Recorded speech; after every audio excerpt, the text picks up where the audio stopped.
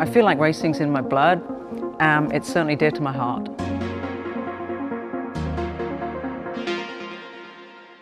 So colic is a sort of an umbrella term for pain in your abdomen. It's something that we use in humans, but we don't necessarily say people are colicky because we use better descriptions for it. Oh, I have a stomach ache, I have this, or I have the other.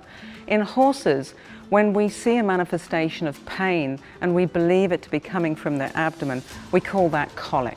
It can be from a wide range of problems that might be going on.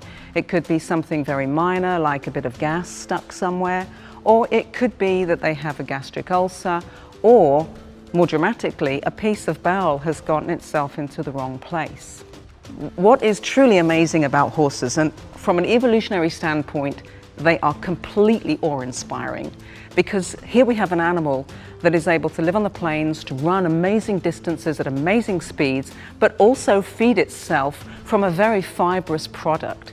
And so from an evolutionary perspective, they have developed about 100 foot of gut, and it's all kind of folded up inside their abdomen. We have a lot of abdominal fat, and that helps to keep our abdominal organs and our guts in place. Horses don't have that. They have very little abdominal fat naturally. And as a result of that, these sort of hairpin bends of large pieces of bowel can move around the abdominal space and get themselves in a bad position. They can twist, they can get hooked up over things, and they can move around in a way that makes the horse very uncomfortable.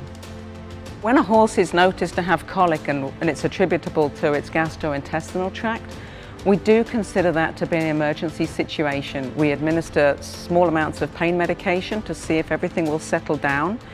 If it doesn't settle down and everything returned to normal, then we take it to the next level. We might use some medical intervention, some intravenous fluids, or we may have to go straight to surgery. And the quicker we get in there and fix that problem, or attempt to fix that problem, the better we are going to be.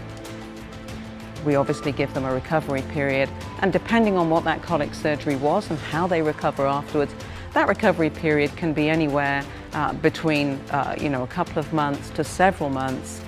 These horses are hard to restrain. We have to actually be their responsible adult. So we really try to make sure we stage their recovery and give them what they need during that period of time.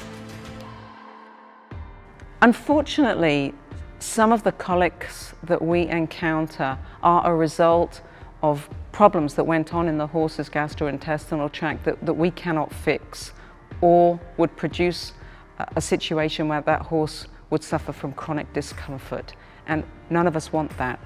The goal is always to make sure that horse recovers to its full health. Even after surgical colic, they can become exactly the horse that they were always going to be. We're moving the bar forward all the time to be able to produce better surgical outcomes, healthier horses after surgery, and there's still continued research to make sure that we are pushing that standard further and further forward.